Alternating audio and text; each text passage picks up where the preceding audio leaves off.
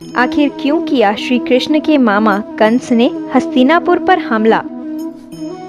तो दोस्तों, महाभारत के युद्ध में बहुत से महान योद्धा हुए।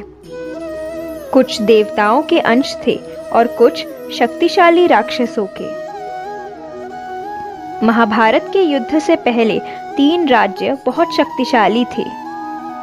यह 3 राज्य थे मगध, पांचाल और हस्तिनापुर, जिनके राज्य पर कोई दूसरा राज्य तो दूर देवता भी कब्जा नहीं कर सकते थे, क्योंकि मगध में कंस, जरासंध, पांचाल में द्रुपद और हस्तिनापुर में भीष्म जैसे योद्धाओं का राज था।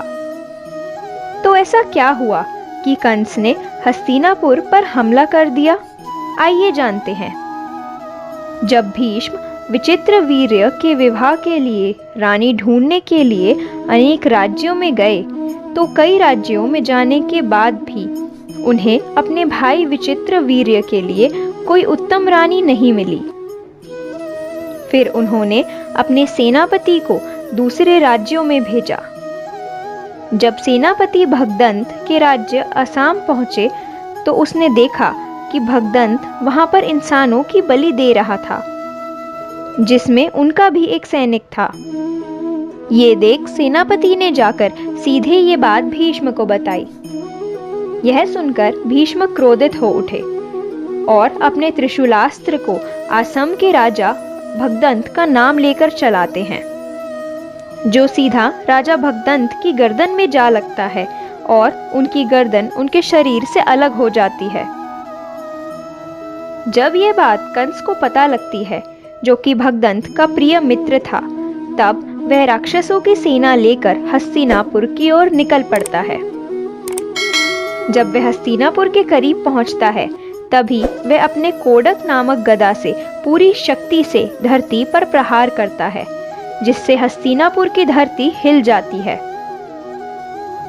तभी भीष्म अपने महल के सबसे ऊपरी हिस्से पर जाकर देखते हैं, तो पता चलता है कि कंस पूरी सेना लेकर पहुंचा हुआ है। तब भीष्म के सेनापति अपनी अक्षौणी सेना को युद्ध के लिए तैयार करने लगते हैं। तब भीष्म युद्ध करने से मना कर देते हैं और अपने घोड़े पर सवार होकर अकेले ही कंस की ओर बढ़ने लगते हैं।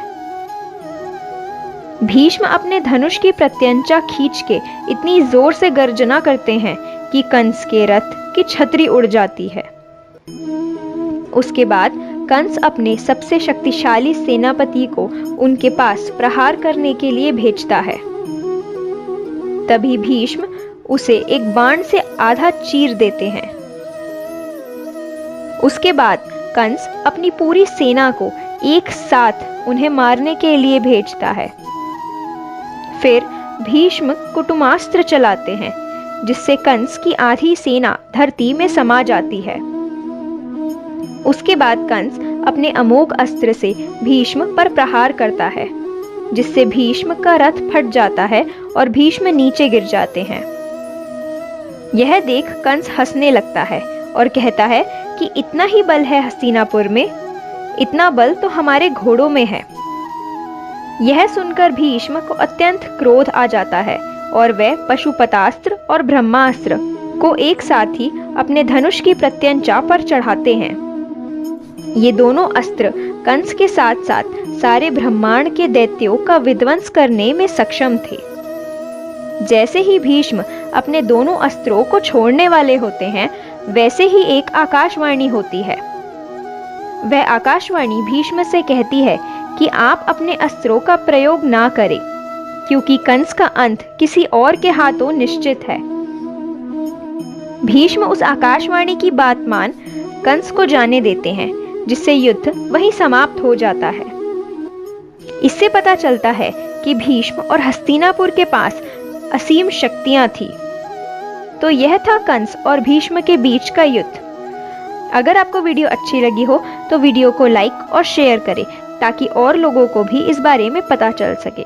साथ ही अगर आप हमारे चैनल पर पहली बार आए हैं, तो चैनल को सब्सक्राइब कर बेल आइकन को प्रेस करना ना भूलें। धन्यवाद।